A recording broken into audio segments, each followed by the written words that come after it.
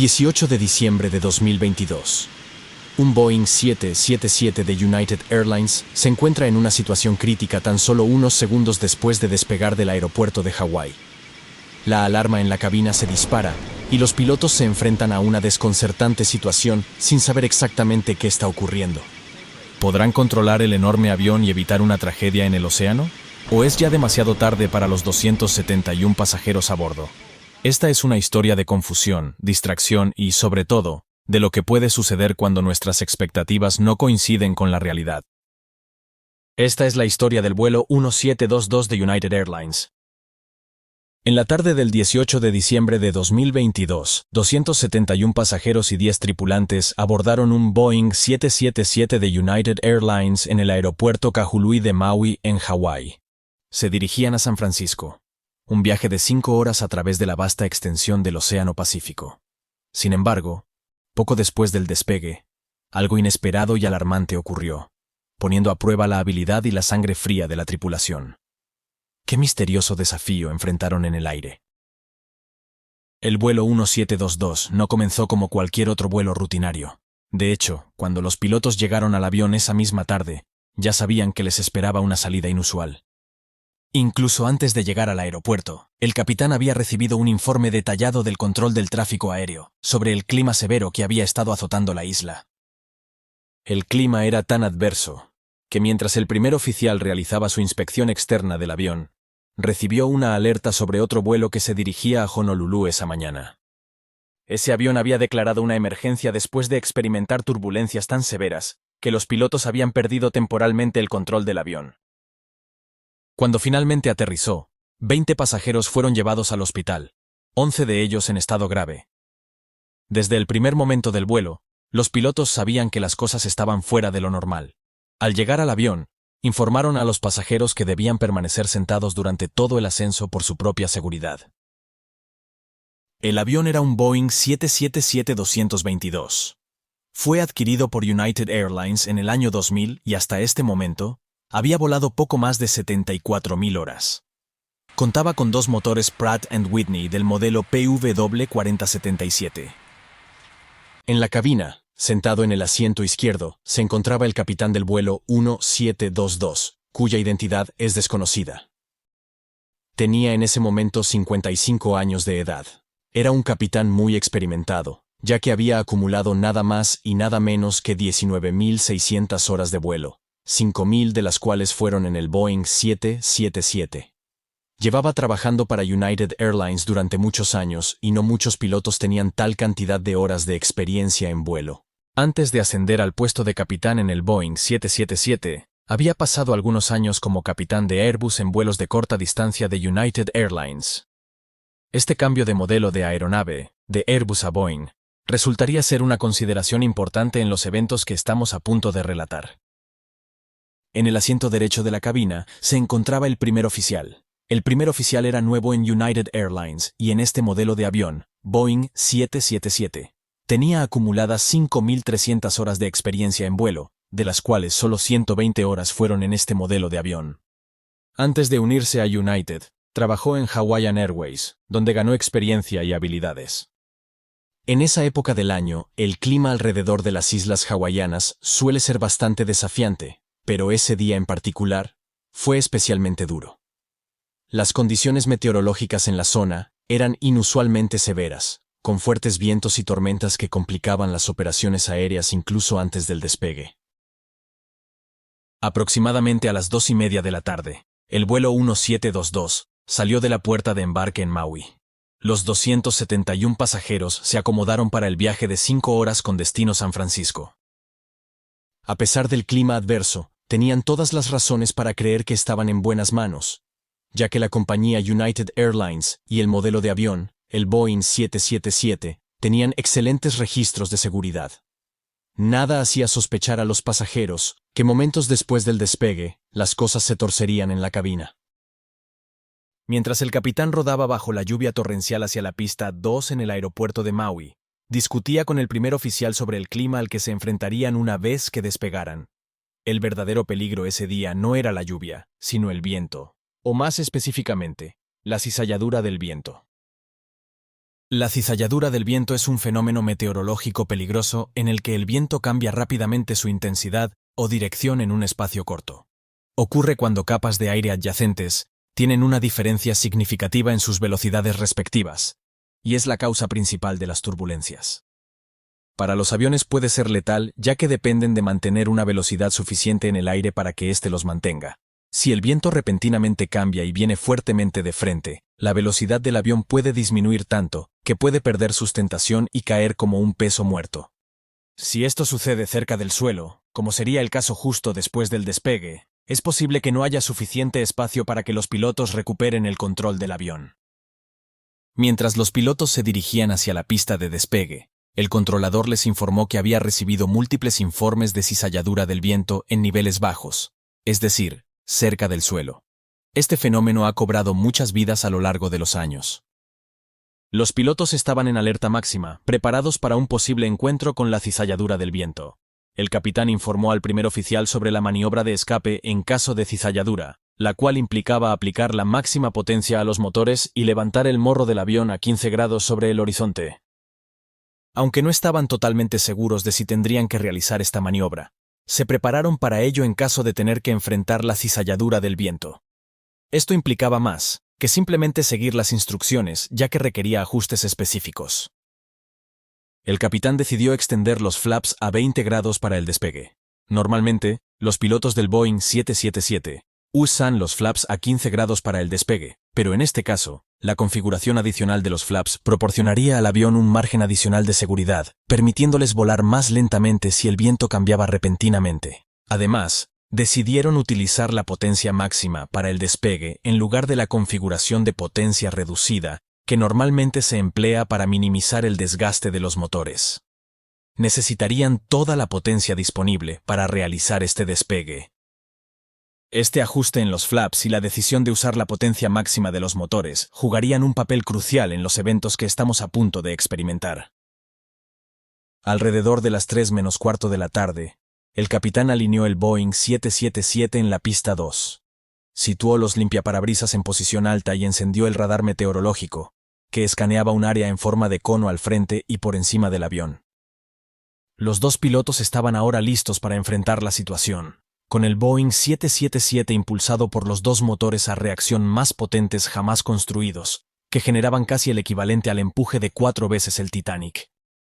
Una vez recibida la autorización para despegar, el capitán ajustó los motores, llevándolos a la posición de potencia máxima para liberar toda esa increíble fuerza. Sin embargo, la situación no se volvería más fácil una vez que el avión estuviera en el aire. Las cosas estaban a punto de suceder muy rápido, mucho más rápido de lo que los pilotos estaban acostumbrados. En cuestión de momentos, los motores, absorbiendo 7 toneladas métricas de aire por segundo, impulsaron el avión a su velocidad de despegue, que era de aproximadamente unos 260 km por hora, unos 140 nudos. El capitán movió la palanca de mando hacia atrás y elevó el avión hacia el cielo nublado. En los primeros segundos, el ascenso transcurrió de manera normal, como se anticipaba. Sin embargo, el piloto comenzó a notar fluctuaciones en la velocidad del aire, lo que indicaba que el flujo de aire se estaba volviendo más inestable. El capitán estaba preparado para realizar la maniobra de escape en caso de cizalladura del viento en cualquier momento mientras el avión ascendía. El primer oficial estaba ocupado desempeñando el rol de piloto asistente. En esta función, no estaba controlando el avión, sino que se encargaba de manejar las comunicaciones por radio con el control de tráfico aéreo para monitorear la situación. También supervisaba el vuelo del capitán y se encargaba de ajustar el avión durante el despegue.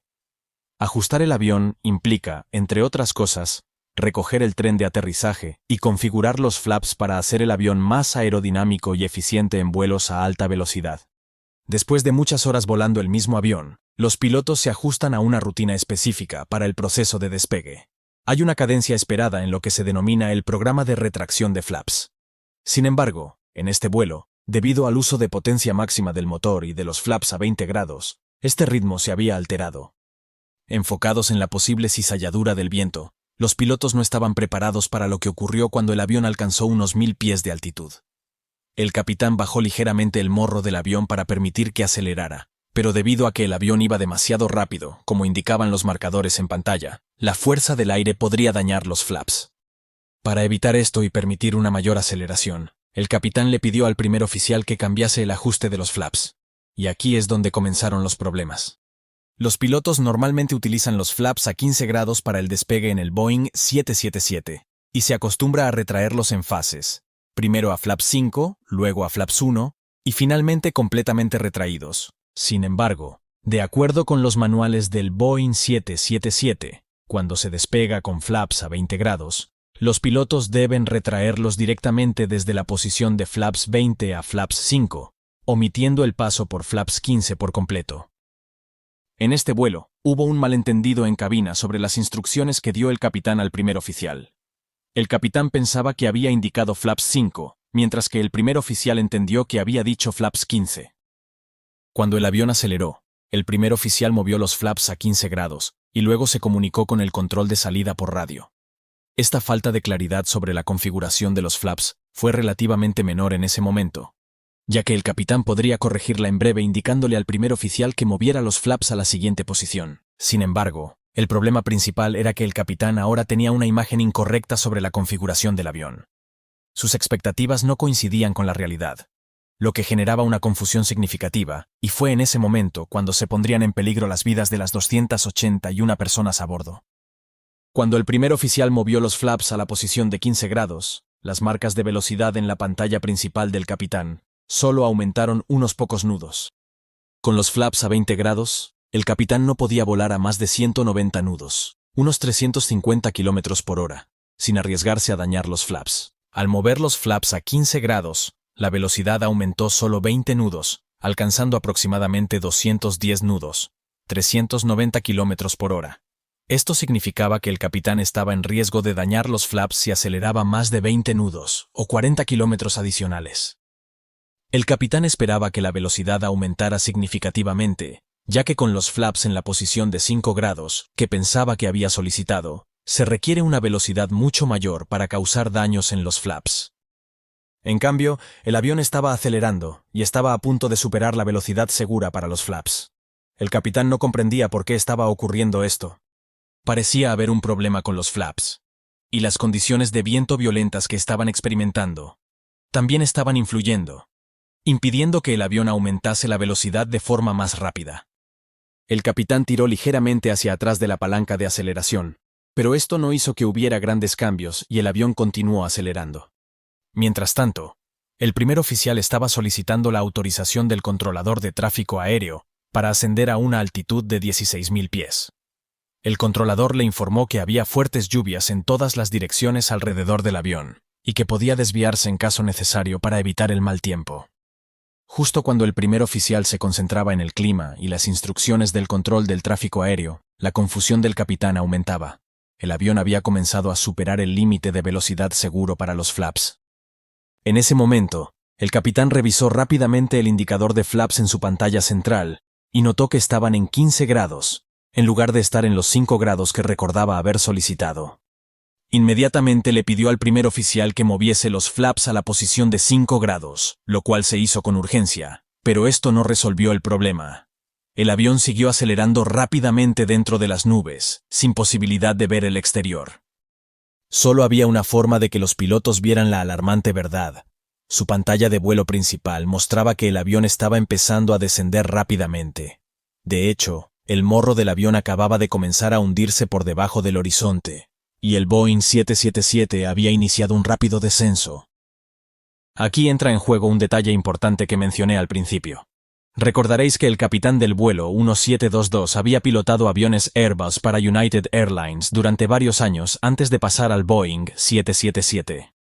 Una diferencia significativa entre los aviones Boeing y Airbus radica en cómo responden a los comandos de los pilotos.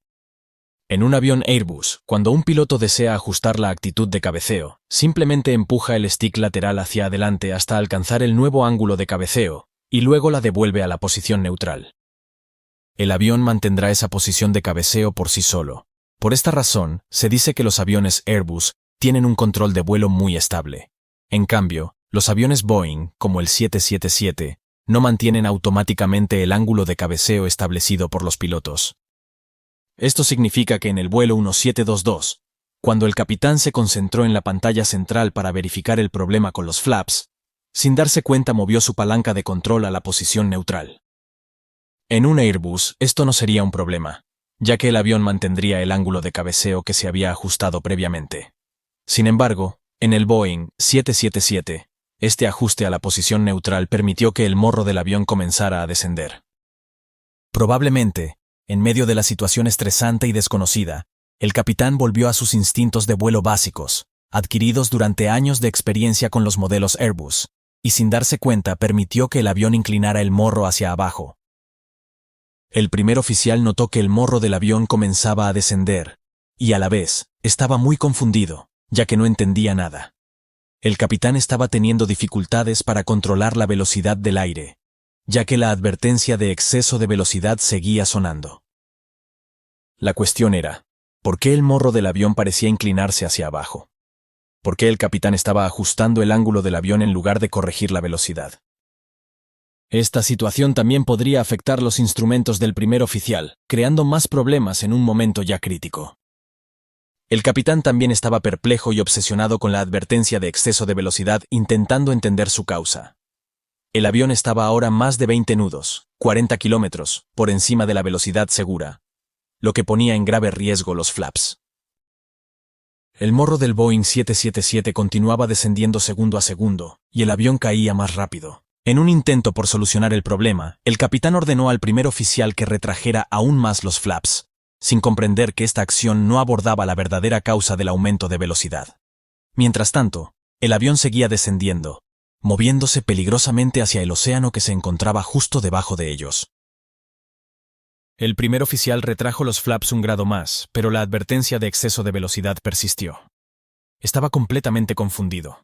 No entendía qué estaba haciendo el capitán con el avión, por qué seguía acelerando tanto y manteniendo los motores casi a máxima potencia. La tormenta podría haber causado que el avión se comportara de esta manera, pero sus instrumentos estaban mostrando la misma información que los del capitán. El avión se encontraba en una posición crítica, con el morro apuntando más de 10 grados por debajo del horizonte y descendiendo a una velocidad alarmante de 8.000 pies por minuto. A esa velocidad, el avión acabaría impactando contra el océano en pocos segundos. En la cabina de pasajeros no tenían ni idea de lo que estaba ocurriendo al frente. No sabían que sus vidas estaban en grave peligro, no por la turbulencia, sino por una seria confusión en la cabina de los pilotos. El enorme avión avanzaba a través de las nubes, precipitándose directamente hacia el océano. En ese crítico momento, mientras el primer oficial observaba al capitán, bajaron por debajo del techo de nubes a gran velocidad. Para horror de ambos pilotos, se encontraron frente a frente con el Océano Pacífico, aproximándose a él a una velocidad de más de 300 nudos o 550 kilómetros por hora. El primer oficial, desesperado, urgió al capitán para que realizara una maniobra de emergencia. El capitán, con apenas unos segundos para reaccionar, tiró hacia atrás de los controles, elevando de esta forma el morro del avión. Acto seguido, redujo la potencia a ralentí, para permitir que el avión girara en la vertical lo más rápido posible. Los pasajeros y la tripulación fueron lanzados violentamente por la inercia contra sus asientos, mientras el avión descendía hasta solo 750 pies sobre la superficie del océano. Con una envergadura de 210 pies, el Boeing 777, del vuelo 1722, estaba a menos de 4 veces su longitud, de estrellarse contra el Océano Pacífico. Las alarmas de Sink Rate y Pull Up, seguidas de la alerta Too Low Terrain, sonaron con fuerza en la cabina, advirtiendo a los pilotos que estaban a minutos de impactar con el mar. Sink rate, pull up. Too low terrain, sink rate, pull up. El capitán aumentó la potencia de los motores al máximo y levantó el morro del avión a 20 grados sobre el horizonte. Estaba realizando una maniobra de recuperación de altura, en lugar de la evasión de cizalladura que había planeado usar durante todo el día. Los pasajeros se aferraban a sus asientos poseídos por el pánico mientras el avión temblaba y los motores rugían con fuerza. En cuestión de segundos, el avión comenzó a ascender a una velocidad de más de 8.000 pies por minuto. La situación a bordo era caótica. Después de unos momentos de intensa tensión, el avión logró salir del peligro y se estabilizó en el aire. El capitán ajustó cuidadosamente los mandos de control para reducir la potencia de los motores y restableció el avión en su perfil de ascenso normal. Los dos pilotos estaban visiblemente afectados. Ellos eran los únicos a bordo que comprendían completamente lo que acababa de suceder. Los asistentes de vuelo sabían que algo inusual había ocurrido, pero no tenían idea de lo cerca que estuvieron del desastre. Después de verificar con el asistente de vuelo al mando que ningún pasajero resultó herido y que no parecía haber daños en el avión, el capitán decidió continuar con normalidad el vuelo hacia San Francisco. 4 horas y media después de aterrizar en San Francisco, los pilotos informaron del incidente a United Airlines. Sin embargo, el incidente no salió a la luz pública hasta 2 meses después. United Airlines determinó que el incidente no necesitaba ser reportado a la Junta Nacional de Seguridad en el Transporte, ya que no cumplía con los criterios de reporte, que requerían que alguien resultara herido o que hubiera daños significativos en la aeronave. Al no darse ninguna de estas dos características, decidieron no informar.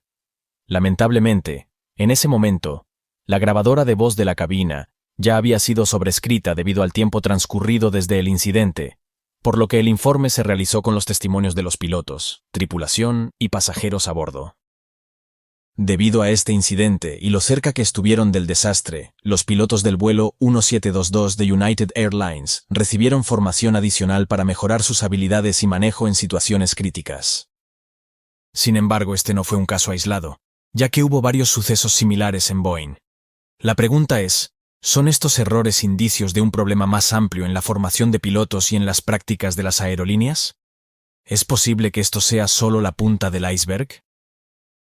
El casi accidente del vuelo 1722 nos recuerda lo rápido que las cosas pueden torcerse en un avión, incluso con todas las medidas de seguridad modernas diseñadas para prevenir accidentes. Una simple pérdida de conciencia situacional por parte del capitán, combinada con condiciones meteorológicas adversas, una configuración inusual de la aeronave y la falta de comunicación, o un malentendido sobre el ajuste de los flaps, casi provocó un desastre. Si este incidente hubiera ocurrido de noche, si el techo de nubes hubiera estado más bajo, o si el capitán hubiera reaccionado unos segundos más tarde, podría haber resultado en uno de los peores accidentes aéreos en la historia. Afortunadamente, no hubo víctimas en este caso, ni daños de ningún tipo en la aeronave. La noche había caído sobre Puerto Plata, en la costa norte de la República Dominicana, mientras la pista del Aeropuerto Internacional Gregorio Luperón, aún húmeda por la lluvia intermitente, reflejaba la tenue iluminación de los focos cuando un Boeing 757 despegaba hacia el Atlántico.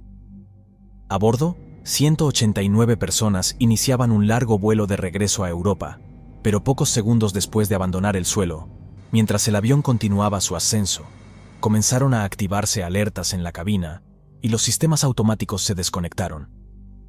Los controles de vuelo no respondían como era de esperar, y los intentos de corrección manual parecían inútiles. Cada segundo, la situación se volvía más confusa y tensa y los datos que ofrecía el avión no eran coherentes. La tripulación, incapaz de interpretar con claridad lo que ocurría, perdía el control de la aeronave. El ascenso se transformó en una lucha contra lo desconocido, con el morro del avión cada vez más elevado, la velocidad incierta y una cadena de decisiones que no lograban contener el deterioro de la situación. Esta es la historia del vuelo 301 de Virgin Air. 6 de febrero de 1996. Aeropuerto Internacional Gregorio Luperón, Puerto Plata.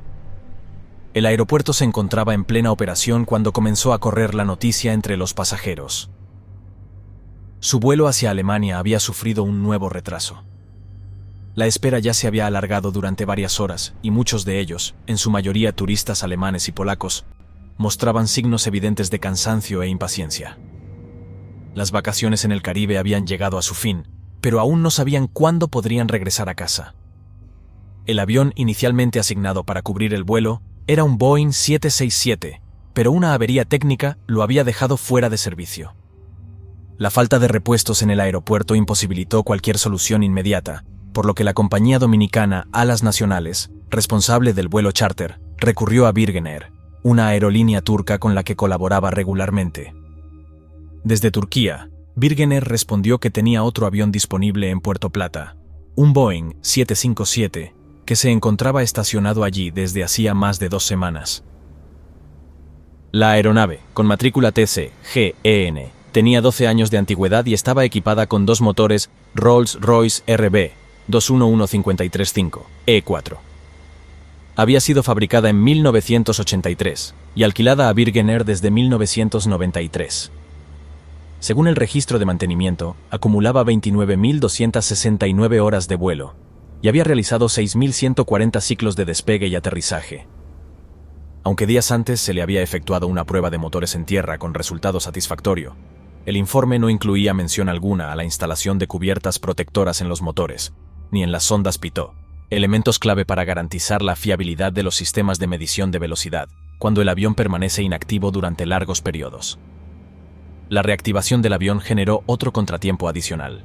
La tripulación originalmente asignada había superado sus límites de actividad legal, por lo que fue necesario convocar de urgencia a otro equipo de vuelo. 3 pilotos turcos, todos en días de descanso, fueron llamados y se presentaron en el aeropuerto pasadas las 10 de la noche, junto a una nueva dotación de cabina. El comandante designado para el vuelo era el capitán Ahmet Erdem, de 62 años, con una experiencia acumulada de 24.750 horas de vuelo, de las cuales 1.875 correspondían al Boeing 757.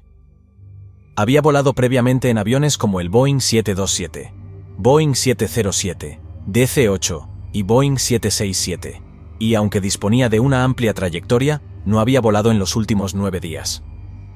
Se unió a Virgin Air tras ejercer como comandante en Turkish Airlines. A su derecha se sentaba el primer oficial Aykut Gergin, de 34 años, con 3.500 horas de experiencia total, pero con tan solo 71 en el Boeing 757, lo que indicaba que acababa de completar su transición a este modelo. Su formación como copiloto en este avión había finalizado el 28 de enero de ese mismo año, apenas una semana antes del vuelo. En el asiento central, en calidad de observador y piloto de relevo, viajaba el capitán Mulis Evrenesoglu, de 51 años, con 15.000 horas de vuelo, de las cuales 121 eran en el Boeing 757. Aunque también tenía experiencia en el Boeing 767, su familiaridad con el 757 era reciente. Todos los pilotos habían recibido su entrenamiento en centros externos, concretamente en la Pan Am International Flight Academy, en Estados Unidos. En aquella época, Turquía aún no exigía la formación formal en gestión de recursos de cabina, CRM, ni los procedimientos específicos ante indicaciones de velocidad no fiables formaban parte estándar del adiestramiento. Esto resultaría crucial más adelante. Mientras los técnicos realizaban las últimas tareas de puesta a punto, la nueva tripulación comenzó a revisar el plan de vuelo.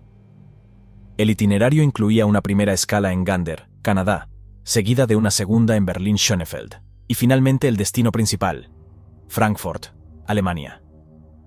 Las condiciones meteorológicas eran moderadamente favorables: chubascos dispersos, nubes fragmentadas y algo de actividad eléctrica hacia el sur, aunque sin riesgo inmediato para la ruta prevista.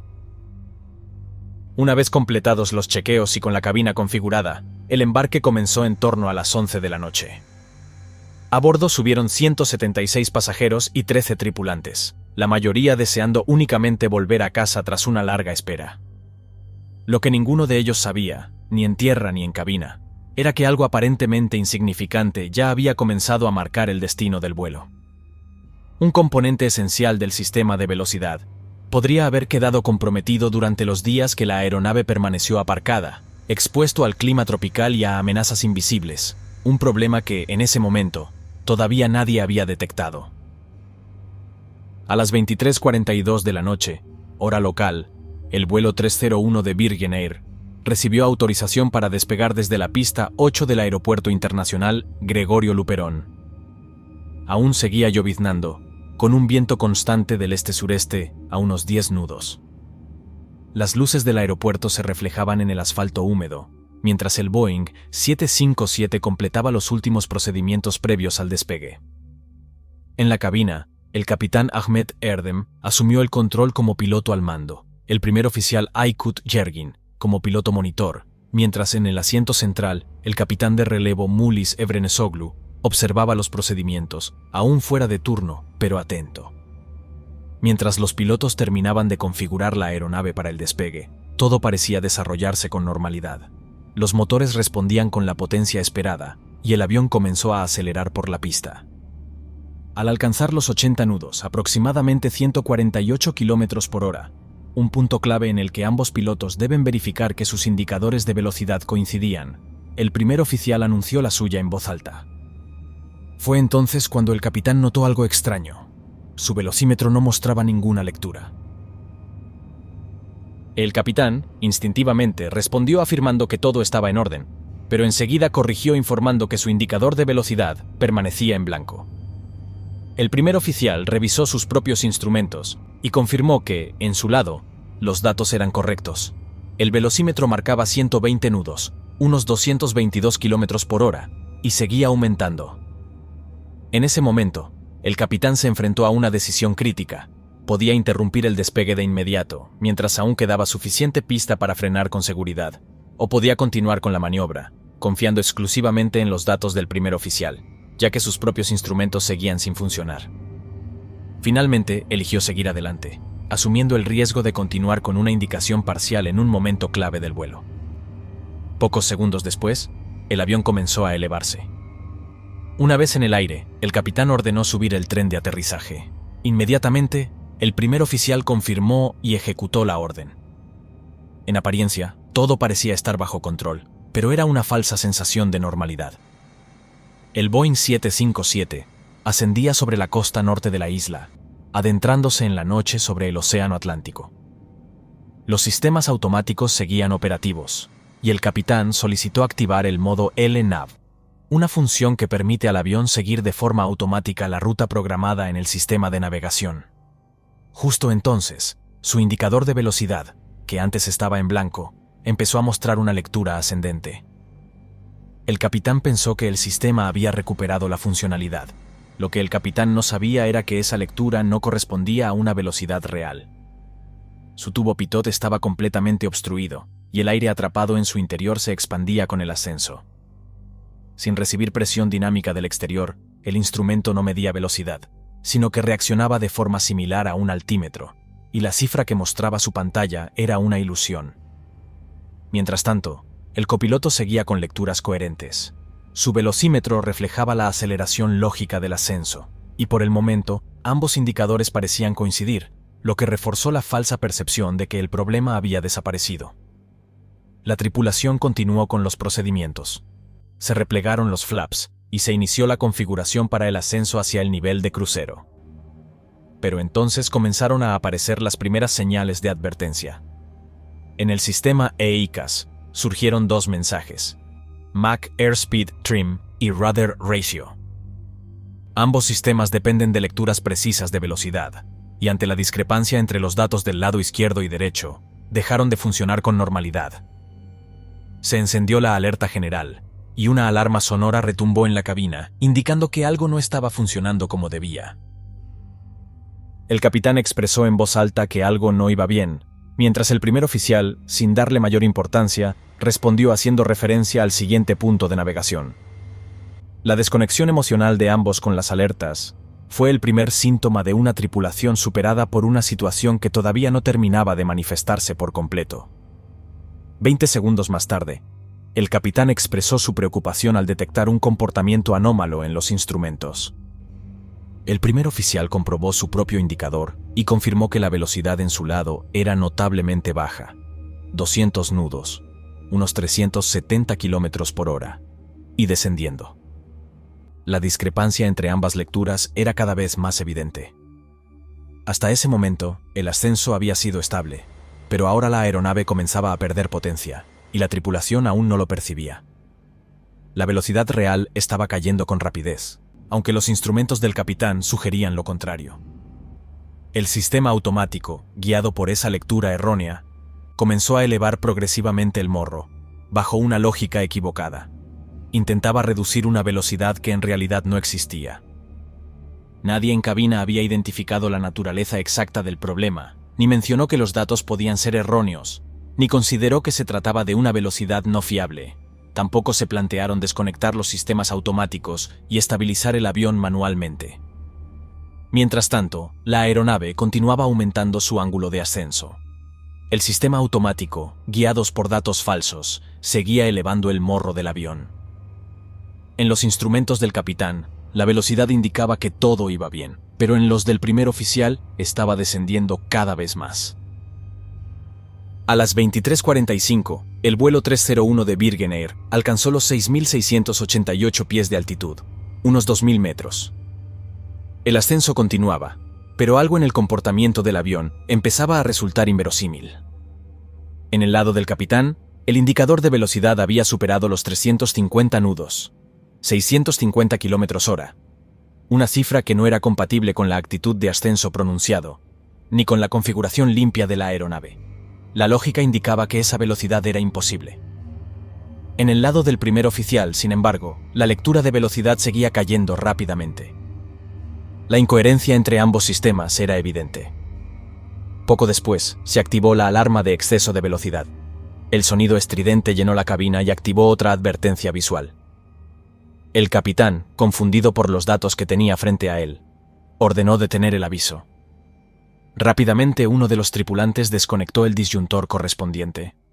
Pero silenciar aquella alarma también significó, de forma indirecta, descartar su posible veracidad. Esa decisión marcaría un antes y un después. Casi al mismo tiempo, el capitán decidió reducir la potencia de los motores, ya que pensaba que la aeronave estaba acelerando en exceso, pero en realidad ocurría lo contrario. La velocidad real caía con rapidez, y la energía disponible para mantener el vuelo comenzaba a agotarse. El piloto automático seguía activo y operaba en base a datos erróneos que procedían del lado izquierdo. Estaba conectado al Flight Control Computer central, que tomaba como referencia los instrumentos del capitán. Según esa lectura, la velocidad seguía aumentando, así que el sistema respondió elevando aún más el morro para intentar corregir lo que interpretaba como una velocidad excesiva. A las 23:46, se activaron 4 tonos de alerta, seguidos del stick shaker, el sistema vibratorio del mando que avisa de una inminente entrada en pérdida. El avión había alcanzado un ángulo de ascenso de 18 grados, mientras su velocidad aerodinámica real se situaba ya por debajo del mínimo necesario para sostener el vuelo. La tripulación escuchó la alarma, pero no reaccionó según el procedimiento. El piloto automático permaneció activado durante unos segundos más, hasta que se desconectó de forma automática al no poder compensar la actitud de vuelo. Mientras tanto, la palanca de mando temblaba, advirtiendo que el avión estaba a punto de entrar en pérdida. A pesar de todo, nadie aplicó el protocolo, que era bajar el morro, aumentar potencia y recuperar el control manual. Los 3 pilotos, ahora completamente sumidos en la confusión, discutían sobre lo que estaban viendo en sus pantallas. El capitán preguntó si el sistema automático seguía activo, y el primer oficial confirmó que se había desconectado. Aún así, el capitán volvió a cerrar los gases, lo que redujo aún más la potencia disponible, justo en el peor momento posible. A medida que el ángulo de ataque aumentaba, el flujo de aire sobre las alas se volvió insuficiente. El avión ya no volaba y comenzaba a caer. El piloto de refuerzo, desde el asiento central, intentó llamar la atención sobre el horizonte artificial, el único instrumento que en ese momento ofrecía una imagen real de lo que estaba ocurriendo. Dijo ADI, una referencia directa al Attitude Director Indicator, el instrumento clave que mostraba que el avión se encontraba en un ascenso excesivo, con pérdida de control de actitud y de velocidad. Pero la advertencia fue vaga, insuficiente, y pasó casi desapercibida. Mientras tanto, el avión descendía cada vez más deprisa, con el morro elevado y sin sustentación efectiva. Ninguno de los pilotos consiguió identificar de forma clara el problema. Una pérdida inducida por una lectura errónea de velocidad, provocada por un bloqueo total del tubo pitot izquierdo, que suministraba los datos al capitán y a todos los automatismos conectados a su lado. A pesar de que tanto el velocímetro del primer oficial como el indicador de velocidad de reserva mostraban datos coherentes entre sí, nadie en cabina dio el paso lógico de desconectar los sistemas, estabilizar el morro, mantener potencia y pilotar el avión manualmente con los parámetros básicos de actitud y empuje conocidos para esa fase del vuelo. En su lugar, siguieron intentando interpretar los mensajes del sistema, mientras la aeronave perdía altitud a un ritmo cada vez más alarmante. La pérdida ya era total, pero la tripulación aún no lo sabía. El Boeing 757 ya no ascendía, había perdido empuje, había perdido velocidad y, lo más grave, había perdido el control. La tripulación, sin saberlo con certeza, pilotaba un avión en pérdida completa, que comenzaba a descender con el morro aún en alto y sin ninguna sustentación efectiva. A las 23:46 y 25 segundos, la aeronave descendía a través de los 5.900 pies, unos 1.800 metros sobre el nivel del mar. El indicador de velocidad del capitán seguía marcando valores excesivos, mientras el del primer oficial descendía a niveles peligrosos. La discrepancia era cada vez más evidente, pero en lugar de confirmar cuál de las fuentes era fiable, los tres pilotos se perdieron en una discusión caótica sobre los sistemas automáticos, el piloto automático y los instrumentos que tenían delante. Durante varios segundos, la aeronave comenzó a oscilar lateralmente, con balanceos suaves pero cada vez más marcados hacia ambos lados. A pesar de esa aparente estabilidad momentánea, la situación seguía siendo crítica. El morro continuaba elevado, los motores no entregaban suficiente potencia, y la velocidad real ya estaba por debajo del umbral necesario para mantener el vuelo. El avión se mantenía en el aire por inercia, pero el margen de control era prácticamente inexistente. El piloto de refuerzo volvió a llamar la atención sobre el horizonte artificial, pero de nuevo, sin una instrucción clara. Los pilotos miraban los instrumentos, pero no sabían en qué confiar. La situación se volvía cada vez más confusa, y la carga mental en cabina aumentaba segundo a segundo. En ese momento, el avión comenzó a caer con más rapidez. La actitud era incoherente con lo que indicaban algunos instrumentos, y los intentos de corrección eran erráticos. A 5.000 pies de altitud, unos 1.500 metros, el primer oficial seleccionó el modo Altitude Hold, intentando estabilizar el avión. Pero el piloto automático ya no estaba conectado, y el cambio no tuvo un efecto real. Poco después, la aeronave giró bruscamente hacia la derecha y la inclinación superó los 30 grados, provocando que la caída se volviera más pronunciada. El capitán, visiblemente desbordado, preguntó qué estaba pasando, mientras intentaba corregir la actitud con los controles. La velocidad de descenso superaba ya los 6.000 pies por minuto, más de 1.800 metros por minuto. La cabina seguía sumida en el caos, mientras los tres pilotos alternaban comandos contradictorios, sin una dirección clara. En plena caída, el capitán ordenó aumentar la potencia mientras empujaba las palancas hacia adelante.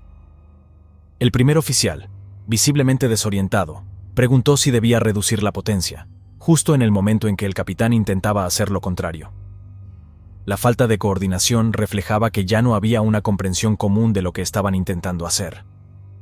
Los motores respondieron correctamente, sin embargo, debido a la inclinación extrema del avión, el flujo de aire hacia el motor izquierdo se volvió inestable.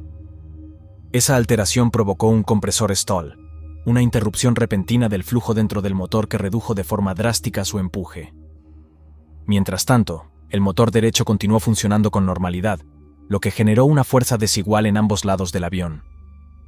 Combinado con la pérdida aerodinámica y los mandos erráticos de los pilotos, el desequilibrio resultante terminó de desestabilizar la aeronave. La aeronave comenzó a girar sobre su eje longitudinal.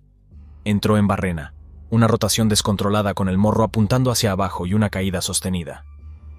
Se encontraba a 3.500 pies de altitud, unos 1.000 metros, descendiendo a más de 10.000 pies por minuto, más de 3.000 metros por minuto.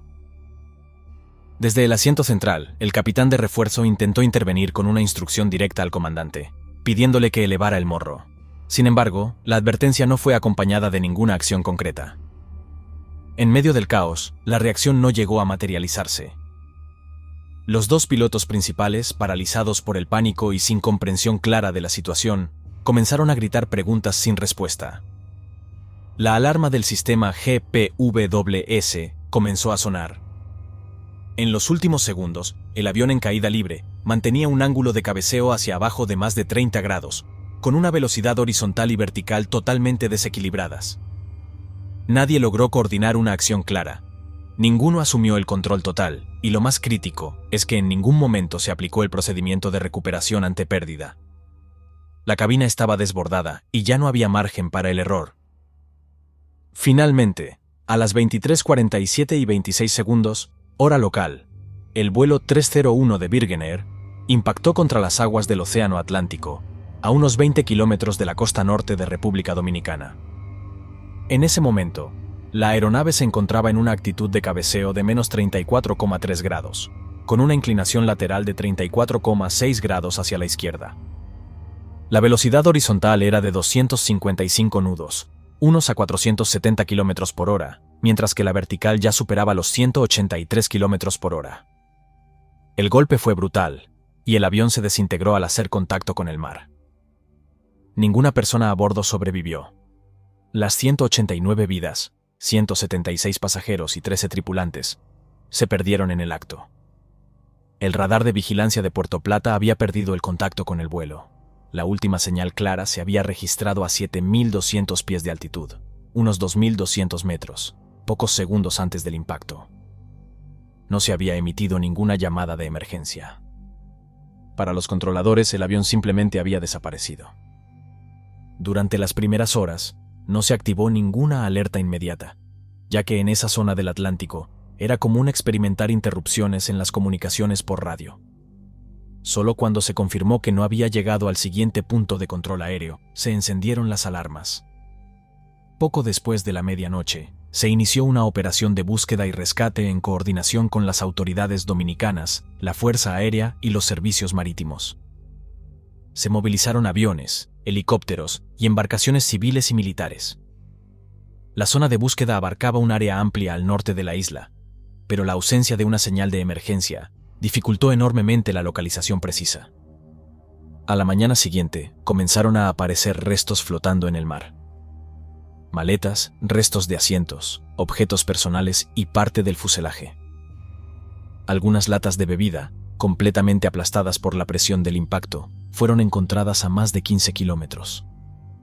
Las operaciones de rescate se transformaron rápidamente en tareas de recuperación, mientras la esperanza de encontrar supervivientes se desvaneció por completo. 2 días después del accidente se abandonó la búsqueda de personas con vida. En paralelo comenzaron los esfuerzos por localizar los restos sumergidos y las cajas negras. La profundidad en la zona del impacto era de unos 7.200 pies, unos 2.200 metros, lo que obligó a recurrir a tecnología submarina avanzada. Se desplegaron vehículos operados por control remoto y equipos especializados en localización acústica. El 28 de febrero de 1996, tras 22 días de búsqueda, se localizaron los registradores de vuelo en el lecho marino.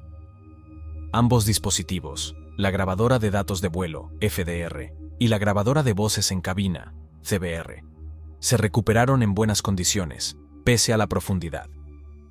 Los análisis posteriores confirmaron una verdad perturbadora. El avión había sufrido una pérdida total de sustentación, inducida por una lectura errónea de velocidad, causada por un bloqueo completo del tubo pitot izquierdo, el que alimentaba los instrumentos del capitán. Aunque no se recuperó físicamente el tubo, los datos mostraban un patrón idéntico al de un bloqueo absoluto. La causa más probable, aunque no verificada, fue la presencia de un nido de avispa alfarera, un insecto común en climas tropicales, conocido por construir sus nidos en pequeños conductos expuestos. Los sistemas de navegación, los motores y la estructura del avión no presentaban fallos previos al impacto. Fue la confusión en cabina, la falta de reconocimiento del problema y la ausencia de una respuesta adecuada, lo que llevó a la tragedia. El vuelo 301 había terminado en silencio y con él una lección que la aviación no tardaría en enfrentar. En paralelo, comenzaron los esfuerzos por localizar los restos sumergidos y las cajas negras. La profundidad en la zona del impacto era de unos 7.200 pies, unos 2.200 metros, lo que obligó a recurrir a tecnología submarina avanzada. Se desplegaron vehículos operados por control remoto y equipos especializados en localización acústica. El 28 de febrero de 1996, tras 22 días de búsqueda, se localizaron los registradores de vuelo en el lecho marino. Ambos dispositivos, la grabadora de datos de vuelo, FDR, y la grabadora de voces en cabina, CBR, se recuperaron en buenas condiciones, pese a la profundidad. Los análisis posteriores confirmaron una verdad perturbadora. El avión había sufrido una pérdida total de sustentación, inducida por una lectura errónea de velocidad, causada por un bloqueo completo del tubo pitot izquierdo, el que alimentaba los instrumentos del capitán. Aunque no se recuperó físicamente el tubo, los datos mostraban un patrón idéntico al de un bloqueo absoluto. La causa más probable, aunque no verificada, fue la presencia de un nido de avispa alfarera, un insecto común en climas tropicales, conocido por construir sus nidos en pequeños conductos expuestos. Los sistemas de navegación, los motores y la estructura del avión no presentaban fallos previos al impacto. Fue la confusión en cabina, la falta de reconocimiento del problema y la ausencia de una respuesta adecuada, lo que llevó a la tragedia. El vuelo 301 había terminado en silencio, y con él, una lección que la aviación no tardaría en enfrentar. El vuelo 301 de Virgin Air duró apenas 5 minutos. 5 minutos en los que una aeronave completamente operativa pasó de un despegue normal a una pérdida irrecuperable. La causa no fue una tormenta, ni un fallo estructural, ni un sabotaje. Fue un tubo pitot bloqueado, un sistema automático mal guiado y una tripulación sin herramientas suficientes para entender lo que ocurría. Pero más allá de lo técnico, este accidente dejó al descubierto algo aún más importante, que la formación, la coordinación y la capacidad de actuar con calma bajo presión son tan vitales como el propio estado del avión. Desde entonces, se revisaron protocolos, se reescribieron manuales, se reforzó la formación en cabina y se desarrollaron procedimientos claros para responder a situaciones donde lo esencial, como saber a qué velocidad se vuela, puede volverse incierto. Nada podrá devolver las 189 vidas que se perdieron esa noche. Pero lo que sí podemos hacer es seguir aprendiendo, comprender lo que ocurrió, preguntarnos cómo reaccionaríamos nosotros. Porque cada tragedia deja un rastro de preguntas, y también un legado de respuestas. Esta es la historia del vuelo 301 de Virgin Air. Un Boeing 737 emerge de la base de una tormenta masiva, a 2.400 metros de altitud, enfrentándose a un escenario apocalíptico. Ambos motores están apagados y todos los sistemas eléctricos han fallado. No hay instrumentos, la radio está inoperativa, no hay luces, y los controles de vuelo apenas responden a las órdenes de los pilotos. El avión se encuentra planeando hacia el suelo en un silencio absoluto, sin ninguna posibilidad de contactar con el mundo exterior. El comandante mira desesperadamente a través del parabrisas buscando cualquier lugar donde poder posar el avión y, a través de la cortina de lluvia, distingue algo. Un río serpenteante y estrecho, flanqueado por puentes a ambos lados separados por apenas 1.500 metros. Es la única opción que tienen, por lo que no hay tiempo para pensar ni para dudar. Agarrando los controles manuales, careciendo de flaps, y con el tren de aterrizaje retraído, el capitán apunta el morro del Boeing 737 hacia ese corredor de agua. Esta es la historia del vuelo 421 de Garuda, Indonesia. Un vuelo donde la naturaleza demostró su fuerza más brutal, donde la tecnología falló en el momento más crítico, y donde la habilidad humana marcó la diferencia entre la vida y la muerte. Todo comenzó el 16 de enero de 2002, en el aeropuerto de Selaparang, en Mataram, Indonesia. El vuelo 421 de Garuda, Indonesia, era un servicio doméstico regular que cubría aproximadamente los 625 kilómetros que separan Ampenan, en la isla de Lombok, hasta Yogyakarta, en la isla de Java. Se trataba de una ruta cotidiana para la aerolínea de bandera indonesia, operada ese día por un Boeing 737 con matrícula PKG-WA. El avión era relativamente joven para los estándares de la industria, pues había sido fabricado en 1988 y entregado a Garuda, Indonesia en 1989, convirtiéndose en el primer Boeing 737 de la flota de la aerolínea. Acumulaba 13 años de servicio sin incidentes mayores, presentando un historial impecable. A bordo ese día viajaban 60 personas, 2 pilotos, 4 auxiliares de vuelo y 54 pasajeros. La tripulación de vuelo era excepcionalmente experimentada, encabezada por el capitán Abdul Rozak, de 44 años, quien acumulaba 14.020 horas de vuelo totales. De esas, 5.086 las había realizado en el Boeing 737, por lo que conocía el avión al dedillo, y había volado esa ruta docenas de veces. Le acompañaba el primer oficial Harry Gunawan, de 46 años, quien tenía 7.137 horas de vuelo totales, y, Aunque el informe final no especifica cuántas de esas horas eran en el 737, su experiencia general era indudable. Eran profesionales curtidos, acostumbrados a lidiar con el clima tropical impredecible de Indonesia, pero lo que les esperaba ese día iba más allá de cualquier experiencia previa.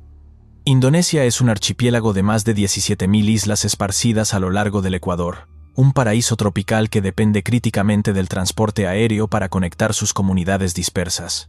Pero ese mismo clima tropical que hace del país un destino turístico, también lo convierte en uno de los lugares más peligrosos para volar durante ciertos meses del año. Enero cae en plena temporada de lluvias, siendo el mes pico para la formación de tormentas eléctricas en Indonesia.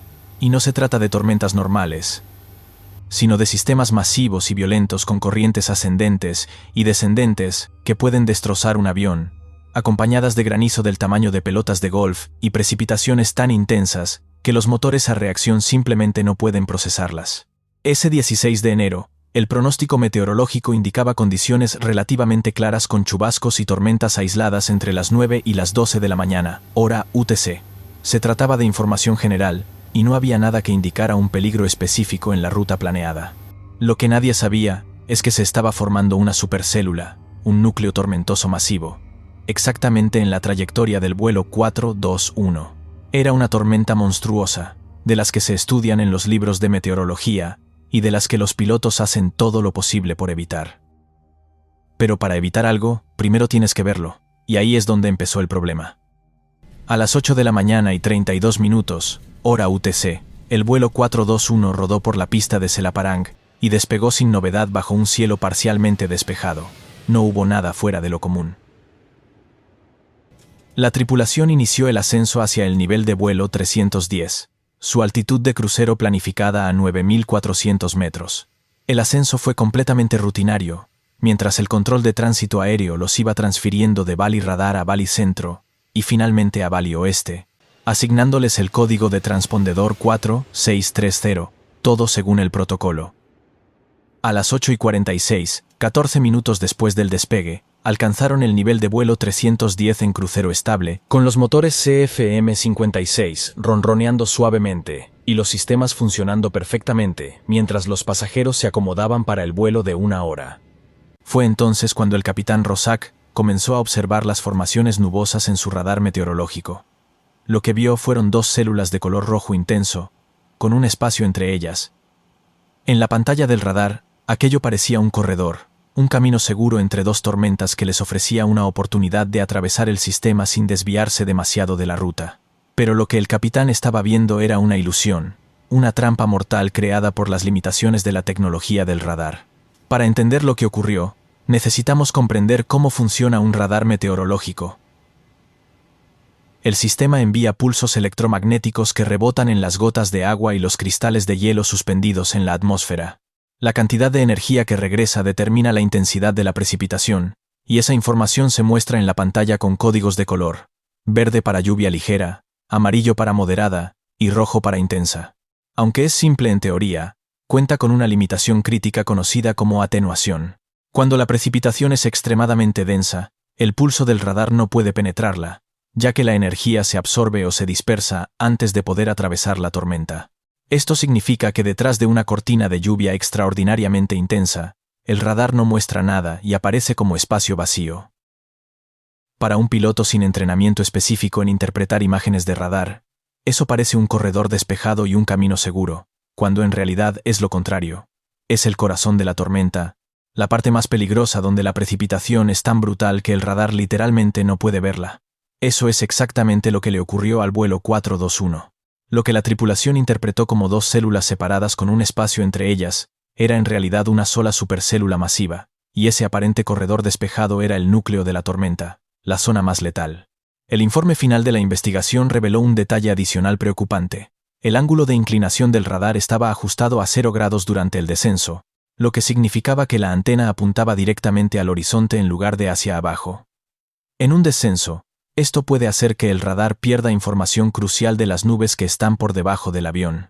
Si la tripulación hubiera manipulado el ángulo de inclinación para barrer el suelo durante el descenso, habrían sido conscientes de los riesgos asociados con la trayectoria de vuelo elegida. Pero no lo hicieron, y el informe también reveló por qué. El entrenamiento en interpretación de imágenes de radar meteorológico no era formal en Garuda, Indonesia, dándose solo durante el entrenamiento de vuelo inicial, sin recurrencia ni actualización. Los pilotos aprendían lo básico y luego dependían de su experiencia personal. La experiencia del capitán Rossack era extensa, pero en este caso particular jugó en su contra porque confiaba en lo que veía, y lo que veía era engañoso. El primer oficial contactó con Bali Oeste y solicitó un cambio de rumbo a 300 grados para evitar las formaciones nubosas, lo cual fue aprobado. La tripulación también fue instruida a descender del nivel de vuelo 310 al nivel de vuelo 280, debido a tráfico en sentido opuesto, volando a nivel de vuelo 290. Todo ello formaba parte de la rutina y el protocolo estándar, y no había nada que indicara que estaban a punto de tomar una decisión que pondría en peligro mortal a todos a bordo. Incluso mientras se preparaban para volar entre las dos células aparentes, la tripulación era consciente de que iban a experimentar turbulencia, por lo que no eran imprudentes. Sabían que iba a ser un tramo complicado, pero confiaban en que el avión podía gestionarlo.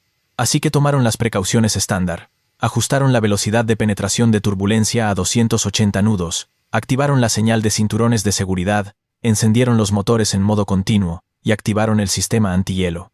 Todo se hizo según el manual y los procedimientos.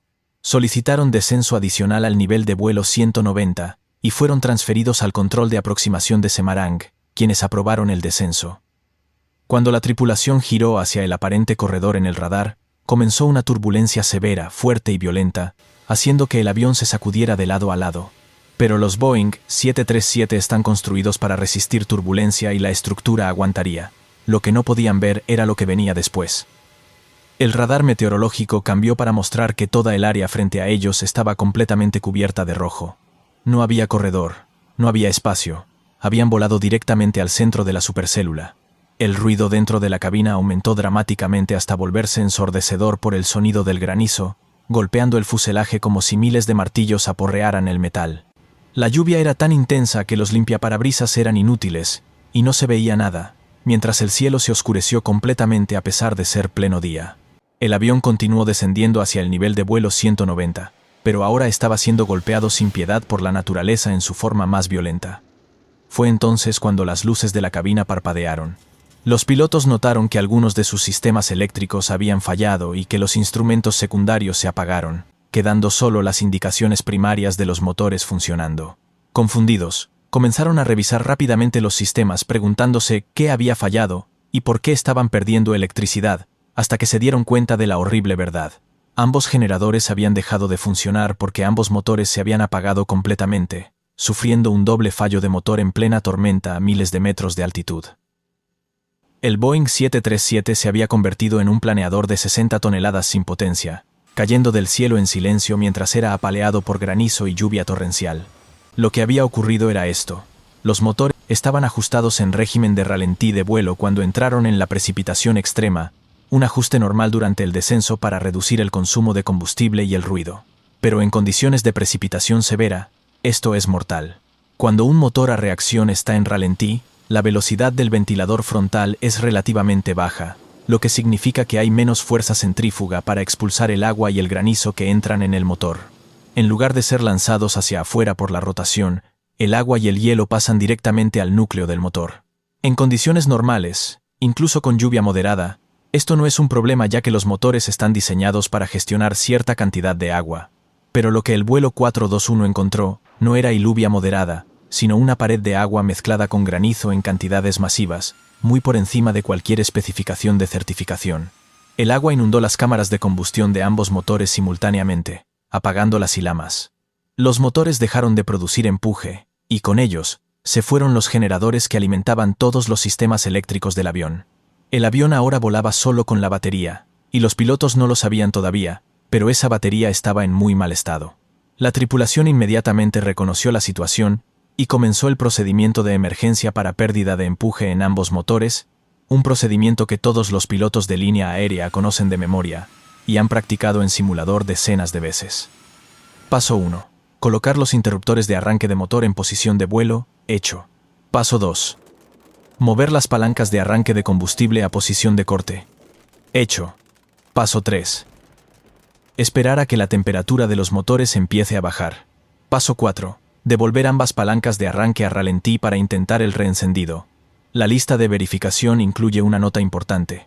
Si el avión está en precipitación intensa, los motores probablemente acelerarán a ralentí muy lentamente, por lo que hay que tener paciencia y no apresurarse.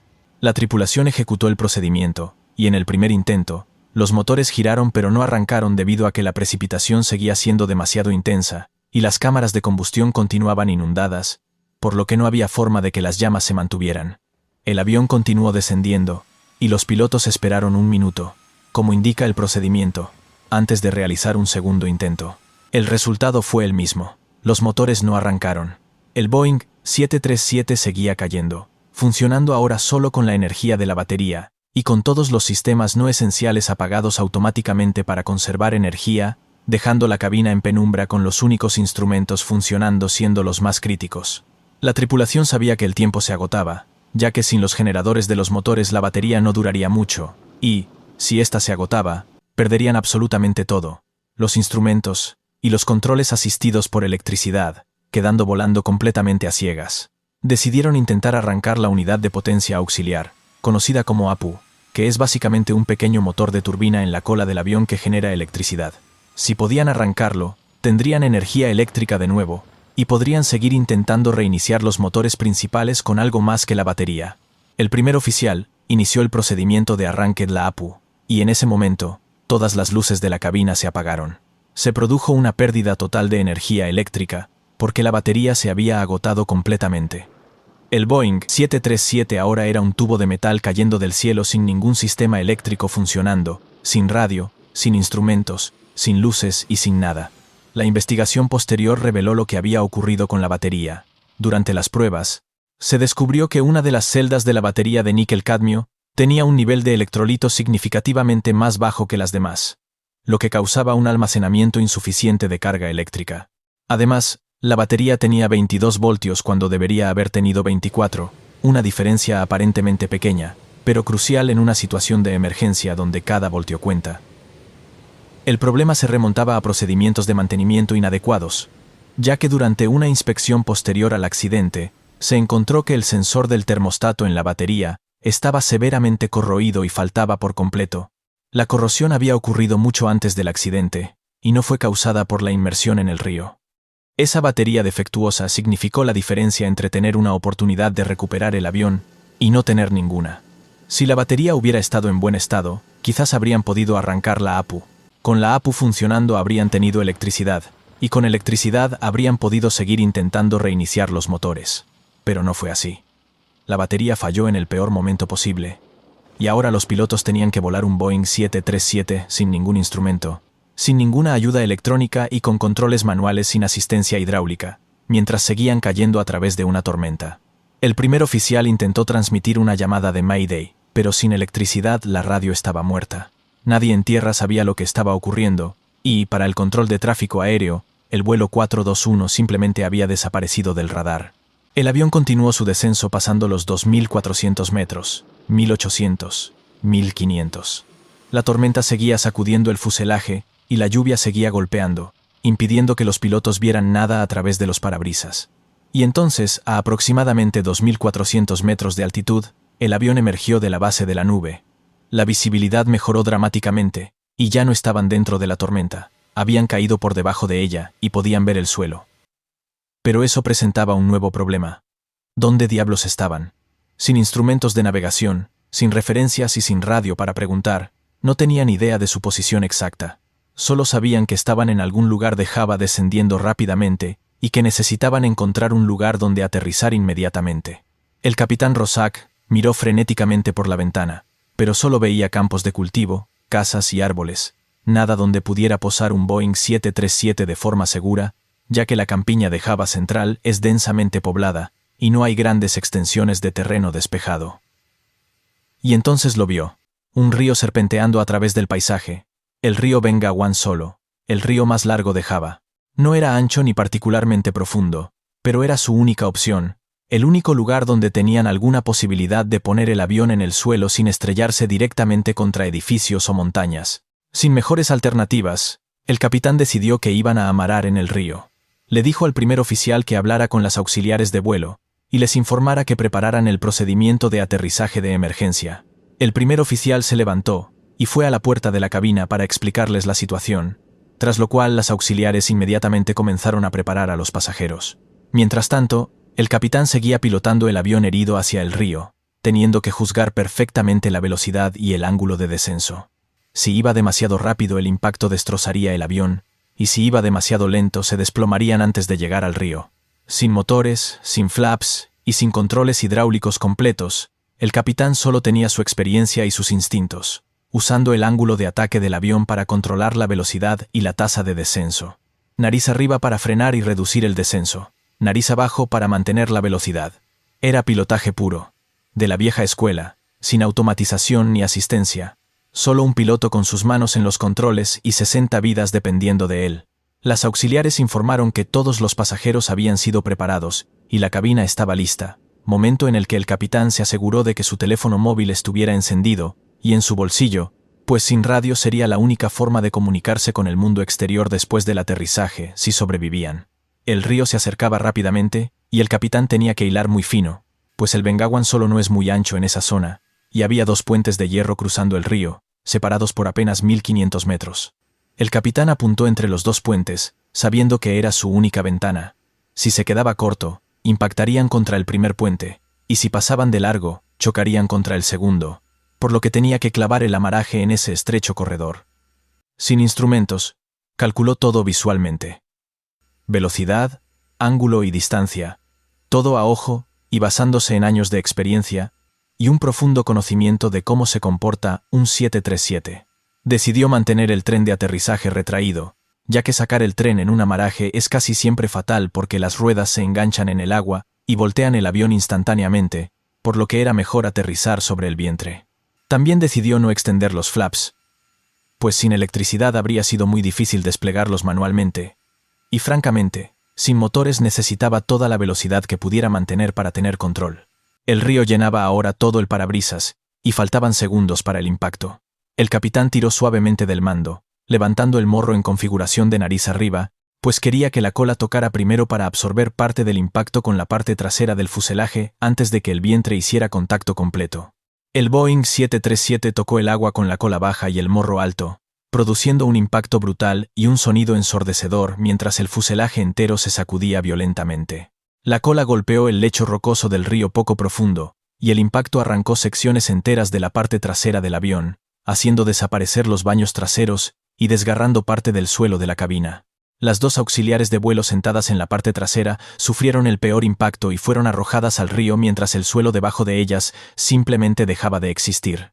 El avión continuó deslizándose hacia adelante sobre su vientre. El motor derecho se arrancó completamente y el motor izquierdo se desprendió parcialmente, mientras el agua levantaba enormes cortinas a ambos lados. 50 metros, 100 metros, 200 metros. El avión iba frenando, pero seguía moviéndose rápidamente hasta que, finalmente, se detuvo.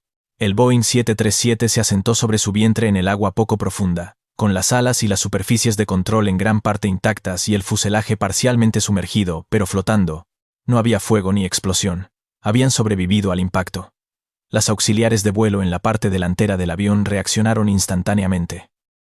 Solo había 2 salidas utilizables, la puerta de servicio delantera y posiblemente una salida sobre el ala, ya que la parte trasera del avión estaba completamente destrozada. La segunda auxiliar de vuelo abrió la puerta de servicio delantera. El tobogán inflable se desplegó automáticamente, y los pasajeros comenzaron a salir en orden, bajando por el tobogán hacia el agua poco profunda del río. Los lugareños que vivían cerca del río, pescadores, agricultores y residentes de aldeas cercanas, vieron el avión descender, y todos corrieron hacia el lugar del accidente. Lo que vieron fue extraordinario. Un Boeing 737 entero sentado en el río, en gran parte intacto, con gente evacuando ordenadamente. Los aldeanos inmediatamente comenzaron a ayudar, sacando a los pasajeros del agua y ayudando a los heridos a llegar a la orilla. Los pasajeros y sus pertenencias personales fueron temporalmente alojados en una casa vacía cerca del río y los heridos fueron transportados en vehículos disponibles a la clínica más cercana. Después de la evacuación, el capitán Rosak usó su teléfono móvil para contactar con la torre de Yogyakarta e informarles del aterrizaje de emergencia y la ubicación, permitiendo que el equipo de rescate oficial llegara aproximadamente 2 horas después para llevar a todos los pasajeros y tripulantes restantes a un hospital. Las 2 auxiliares traseras fueron encontradas en el río detrás del avión con heridas graves, y una de ellas, tristemente, no sobrevivió, siendo la única fatalidad. 12 pasajeros sufrieron heridas de diversa consideración, 2 auxiliares de vuelo resultaron heridas, y la tripulación de vuelo también sufrió lesiones menores. Pero 46 de las 60 personas a bordo salieron con heridas leves o ninguna. En un accidente donde todo había salido mal, donde habían perdido ambos motores y toda la electricidad, donde habían tenido que amarrar en un río estrecho sin ningún sistema funcionando, la tripulación había logrado salvar 59 vidas. Era nada menos que milagroso. El Comité Nacional de Seguridad del Transporte de Indonesia, NTSC, inició inmediatamente la investigación con muchas preguntas. ¿Por qué los motores se apagaron? ¿Por qué los intentos de reinicio fallaron? ¿Por qué se perdió toda la energía eléctrica? ¿Se podría haber evitado esto? Las respuestas fueron complejas y revelaron múltiples fallos sistémicos. Sobre el radar meteorológico y la atenuación, como ya hemos discutido, la tripulación fue víctima del fenómeno de atenuación, volando directamente hacia lo que parecía un corredor despejado, cuando en realidad era el núcleo de una supercélula. El ángulo de inclinación del radar estaba en 0 grados durante el descenso, lo que limitó aún más su capacidad de evaluar correctamente la tormenta. El informe fue muy claro al señalar que el entrenamiento en interpretación de radar meteorológico en Garuda, Indonesia, no era formal, dándose solo durante el entrenamiento inicial de vuelo sin recurrencia ni actualización, por lo que los pilotos aprendían lo básico, y luego dependían de la experiencia personal, lo cual era completamente inadecuado. Sobre la ingesta de agua y granizo, los motores se apagaron debido a la ingesta excesiva de agua y granizo. Cuando se analizó el encuentro meteorológico y se comparó con datos de incidentes previos de ingesta de granizo en motores CFM56, quedó claro que el granizo encontrado por el vuelo 421 excedió ampliamente el nivel de certificación actual para ingesta de granizo en motores turbofán. La precipitación fue tan intensa que estaba muy por encima de las capacidades certificadas del motor, incluso con las mejoras de hardware requeridas por directivas de aeronavegabilidad anteriores. Los motores simplemente no podían gestionar esa cantidad de agua y hielo. Los motores estaban en configuración de ralentí de vuelo, cuando entraron en la precipitación severa, y, a ralentí, hay menos fuerza centrífuga para expulsar el agua y el granizo del núcleo del motor. Esto permitió que cantidades masivas de agua inundaran las cámaras de combustión simultáneamente, apagando ambos motores. El manual de operaciones del 737 aconsejaba aumentar la potencia de los motores al volar en precipitación moderada a intensa, ya que esto aumenta la velocidad del ventilador y crea más fuerza centrífuga para expulsar agua. Pero la tripulación estaba en descenso con motores en ralentí cuando entraron en la tormenta, y para cuando se dieron cuenta de la severidad de la situación, ya era demasiado tarde. Sobre los intentos de reinicio, la tripulación intentó reiniciar los motores al menos 2 o posiblemente 3 veces siguiendo el procedimiento correcto, pero los intentos fallaron porque el avión todavía estaba en precipitación extrema. Las cámaras de combustión seguían siendo termodinámicamente insuficientes para mantener la combustión, ya que el agua seguía inundando los motores más rápido de lo que podía evaporarse. El informe señaló que si la tripulación hubiera esperado hasta salir completamente de la precipitación antes de intentar los reinicios, habrían tenido más posibilidades de éxito. Sobre la batería defectuosa, este fue quizás el fallo más crítico. Durante las pruebas posteriores al accidente, se descubrió que la batería de níquel-cadmio tenía una celda con electrolito bajo, lo que causaba almacenamiento insuficiente de carga eléctrica, teniendo 22 voltios en lugar de los 24 requeridos. El sensor del termostato estaba severamente corroído y faltaba por completo, no por la inmersión en el río, sino por mantenimiento inadecuado durante mucho tiempo antes del accidente. Si la batería hubiera estado en condiciones óptimas con 24 voltios completos, los pilotos habrían tenido más tiempo y más energía para intentar arrancar la APU y reiniciar los motores, pero la batería defectuosa eliminó esa posibilidad. Sobre la APU y la secuencia de arranque, el informe también señaló que la tripulación intentó arrancar los motores principales antes de intentar arrancar la APU. Si hubieran arrancado la APU primero, habrían tenido energía eléctrica del generador de la APU, lo que habría ayudado enormemente en los intentos de reinicio de los motores. Sin embargo, esto es fácil de decir en retrospectiva, pues en el calor del momento, con el avión cayendo del cielo, la tripulación siguió el procedimiento estándar de emergencia que habían aprendido. Intentar reiniciar los motores primero es instintivo, y está en la lista de verificación. Pensar en arrancar la APU primero requiere un nivel de análisis que es difícil cuando tienes segundos para tomar decisiones. Sobre la información meteorológica, el informe criticó duramente la falta de información meteorológica significativa proporcionada a la tripulación, ya que no se les informó sobre la supercélula en su ruta, y no había sistema de radar meteorológico en tierra que pudiera alertar a los pilotos sobre condiciones peligrosas en tiempo real. Indonesia tenía, y sigue teniendo, una de las tasas más altas de actividad de tormentas del mundo, siendo enero el mes pico, y sin embargo la diseminación de información meteorológica a las tripulaciones en vuelo era inadecuada. La investigación produjo varias recomendaciones de seguridad cruciales. Procedimientos de reencendido en precipitación. Se recomendó al fabricante del motor que proporcionara un procedimiento específico para reencendido en vuelo, mientras el avión aún está en precipitación, ya que el procedimiento existente asumía que el avión estaría fuera de la precipitación antes de intentar el reencendido, lo cual no siempre es realista. También se recomendó proporcionar una velocidad aérea objetivo específica durante un procedimiento de reinicio de motor dual, para maximizar las posibilidades de un reencendido exitoso mientras se mantiene el control del avión. Entrenamiento en radar meteorológico. Se recomendó crear un paquete de entrenamiento formal y recurrente para entrenar a las tripulaciones en comprender el sistema de radar meteorológico con mucho más detalle, específicamente sobre el fenómeno de atenuación y cómo reconocerlo. Los pilotos necesitan entender que un área clara en el radar entre dos células rojas intensas puede ser en realidad la parte más peligrosa de la tormenta.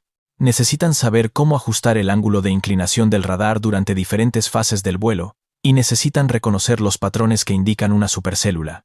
Este entrenamiento debería ser recurrente, no solo durante el entrenamiento inicial, y las técnicas de interpretación de radar deben practicarse regularmente en simulador.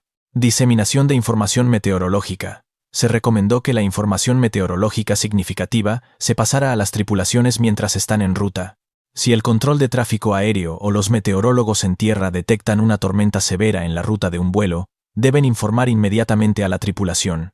También se recomendó considerar la provisión de radares meteorológicos basados en tierra, pues estos sistemas pueden detectar tormentas con mucha más precisión que los radares de a bordo, y la información podría transmitirse a las tripulaciones en tiempo real, dándoles una imagen mucho más clara de lo que les espera. Mantenimiento de baterías. Se recomendaron inspecciones más rigurosas de las baterías de las aeronaves, ya que la batería defectuosa del vuelo 421 había estado en mal estado durante mucho tiempo sin ser detectada, por lo que los procedimientos de prueba y mantenimiento necesitaban mejorarse. Procedimientos de potencia de motor en precipitación. Se enfatizó la importancia de aumentar la potencia del motor al entrar en precipitación moderada a intensa, lo cual debería enfatizarse más en el entrenamiento de pilotos. Volar con motores en ralentí, a través de precipitación intensa, aumenta dramáticamente el riesgo de ingesta de agua y apagado del motor, por lo que los pilotos deben ser entrenados para reconocer este peligro y aumentar proactivamente la potencia del motor incluso si están en descenso. Más allá de los fallos técnicos y sistémicos, el vuelo 421 también es un estudio fascinante de toma de decisiones humanas bajo presión extrema. El capitán Rosak y su primer oficial se encontraron en una situación que ningún piloto quiere experimentar: pérdida total de potencia y pérdida total de sistemas eléctricos, cayendo a través de una tormenta severa sin instrumentos, sin comunicaciones y sin ninguna forma de saber exactamente dónde estaban. En esa situación, muchos pilotos entrarían en pánico, se congelarían o cometerían errores fatales. Pero el capitán Rosak no hizo nada de eso. Mantuvo la calma, siguió volando el avión y cuando emergieron de la tormenta y vio el río, inmediatamente reconoció que era su mejor opción. No perdió tiempo dudando. Tomó la decisión y la ejecutó. El amaraje fue extraordinariamente preciso al colocar un Boeing 737 en un río estrecho entre dos puentes, sin instrumentos, sin motores, sin flaps y con controles manuales apenas funcionales, lo cual es una hazaña de pilotaje que muy pocos podrían lograr. El capitán juzgó perfectamente la velocidad, el ángulo de descenso y el punto de contacto. Mantuvo el control hasta el último segundo. Tocó el agua en la actitud correcta y absorbió el impacto de la manera menos dañina posible. El resultado fueron 59 supervivientes de 60 personas a bordo en un accidente donde todo había salido mal. Eso no es suerte, eso es habilidad y experiencia. Eso es lo que separa a un piloto competente de un piloto excepcional. El informe de investigación fue muy claro en reconocer esto, citando textualmente: la decisión del capitán de amarar en el río y su ejecución de la maniobra fueron factores críticos en minimizar las pérdidas de vida. Demostró un juicio excepcional bajo circunstancias extremadamente difíciles. También es importante reconocer el papel de las auxiliares de vuelo. Cuando se les informó que iban a realizar un aterrizaje de emergencia en un río, no entraron en pánico e inmediatamente comenzaron a preparar a los pasajeros. Repasaron las posiciones de emergencia, se aseguraron de que todos tuvieran sus cinturones abrochados, identificaron las salidas utilizables y prepararon a los pasajeros para el impacto. Cuando el avión golpeó el agua, las dos auxiliares delanteras reaccionaron instantáneamente abriendo la puerta y desplegando el tobogán, comenzando la evacuación de manera ordenada y eficiente. Las dos auxiliares traseras no tuvieron la misma suerte. Cuando la cola del avión impactó el lecho rocoso del río, el suelo debajo de ellas simplemente desapareció y fueron arrojadas al río a través del fuselaje destrozado. Una de ellas, Santi, no sobrevivió. Fue encontrada en el río detrás del avión, mientras que la otra, gravemente herida, fue rescatada por los lugareños. Santi murió haciendo su trabajo, protegiendo a los pasajeros y preparándolos para la emergencia. Su sacrificio no debe olvidarse. Las auxiliares de vuelo son a menudo subestimadas y se les ve como personal de servicio, pero en emergencias son profesionales de seguridad altamente entrenados. Y en el vuelo 421 demostraron exactamente eso. Uno de los aspectos más conmovedores de este accidente fue la respuesta de la comunidad local. Cuando el Boeing 737 apareció del cielo y se posó en el río Bengawan solo, los aldeanos no huyeron, sino que corrieron hacia el avión para ayudar. Pescadores que estaban en el río, agricultores que trabajaban en campos cercanos y residentes de aldeas a lo largo de la orilla dejaron lo que estaban haciendo y fueron a ayudar. Ayudaron a los pasajeros a salir del agua poco profunda, ayudaron a los heridos a llegar a la orilla, proporcionaron refugio temporal en una casa vacía, compartieron mantas y ropa seca, y ofrecieron agua y comida. No tenían entrenamiento en rescate ni equipo especializado, solo tenían su humanidad y su voluntad de ayudar. En un mundo donde a menudo escuchamos sobre lo peor de la naturaleza humana, el vuelo 421 nos mostró lo mejor. Extraños arriesgando su propia seguridad para ayudar a otros en necesidad, sin esperar nada a cambio, simplemente porque era lo correcto.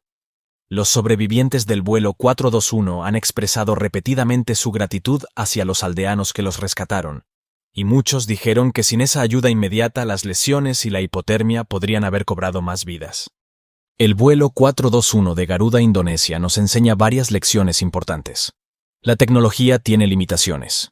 El radar meteorológico es una herramienta extraordinaria, pero tiene limitaciones y la atenuación es real, por lo que los pilotos necesitan entrenamiento profundo para interpretar correctamente lo que ven en la pantalla y no pueden confiar ciegamente en la tecnología. El mantenimiento es crítico. Una batería defectuosa casi convierte un incidente sobrevivible en una catástrofe total, por lo que los procedimientos de mantenimiento deben seguirse rigurosamente. Las inspecciones deben ser exhaustivas y los componentes críticos deben verificarse regularmente. La información meteorológica salva vidas. Si la tripulación hubiera sido informada sobre la supercélula en su ruta, habrían tomado una decisión diferente y habrían rodeado la tormenta en lugar de intentar atravesarla, por lo que la diseminación proactiva de información meteorológica es esencial. El juicio humano es irreemplazable. Toda la automatización del mundo no puede reemplazar el juicio de un piloto experimentado. Cuando todos los sistemas fallaron, cuando no había instrumentos y cuando parecía que no había salida, el capitán Rosak usó su experiencia, su habilidad y su juicio para encontrar una solución.